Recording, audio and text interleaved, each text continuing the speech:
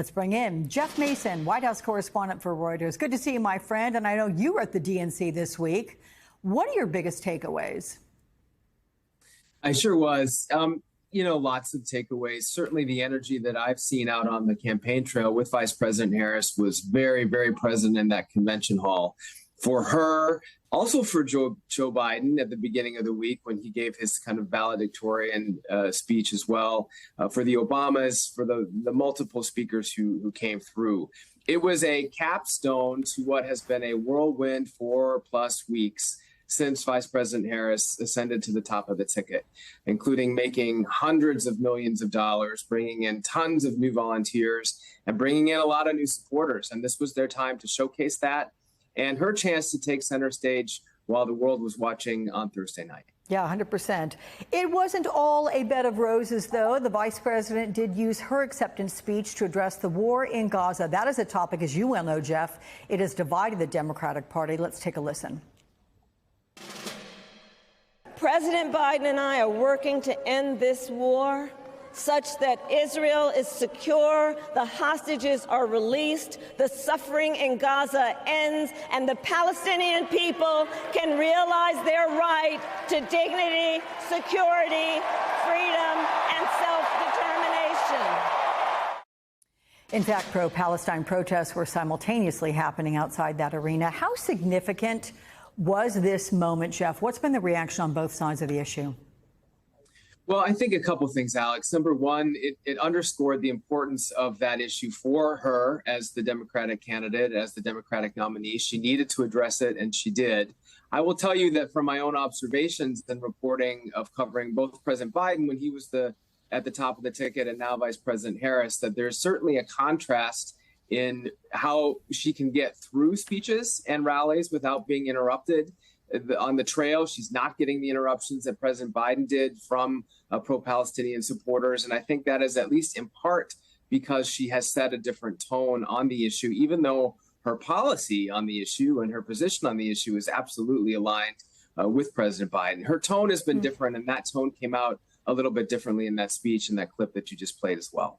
You broke the big story about the Harris campaign raising a whopping $500 million or $500 million in the month since the vice president replaced Joe Biden on the ticket.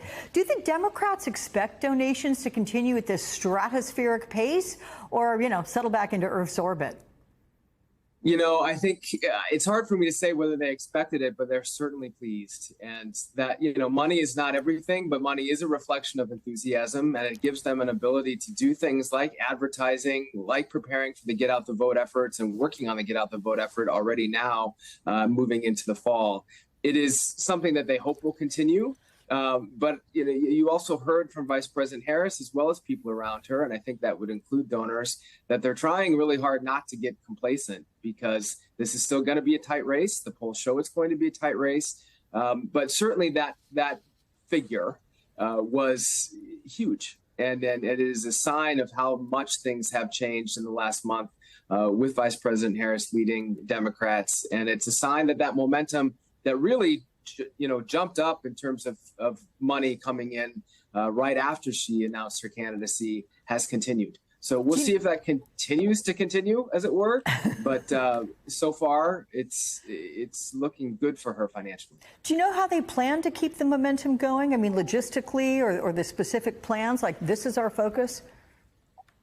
Well, she's certainly going to be on the road a lot.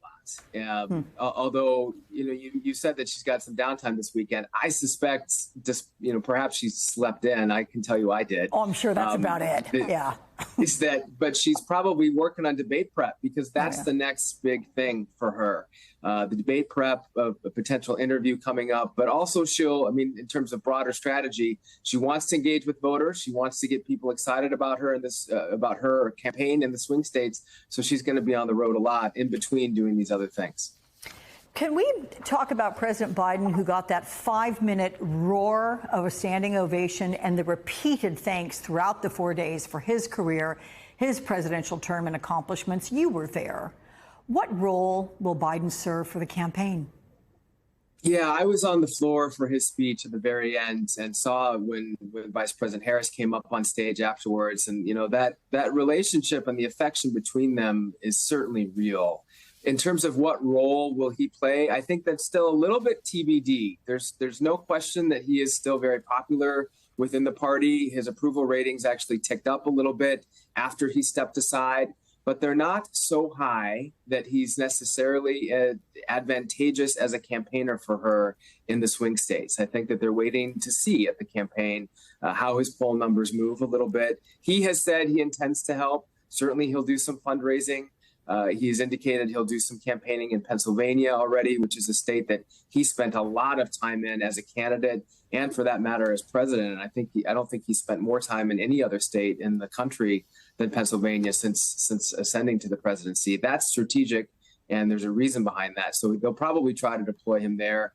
But otherwise, we'll see how that affection and how that popularity that he still has, how it goes up now that he's been off the trail or off the top of the ticket for the last month or so. Well, he does have 5 months in which he has to continue running the country. So I think that can keep him busy as well. Jeff Mason, always good to see you. Thank you so much.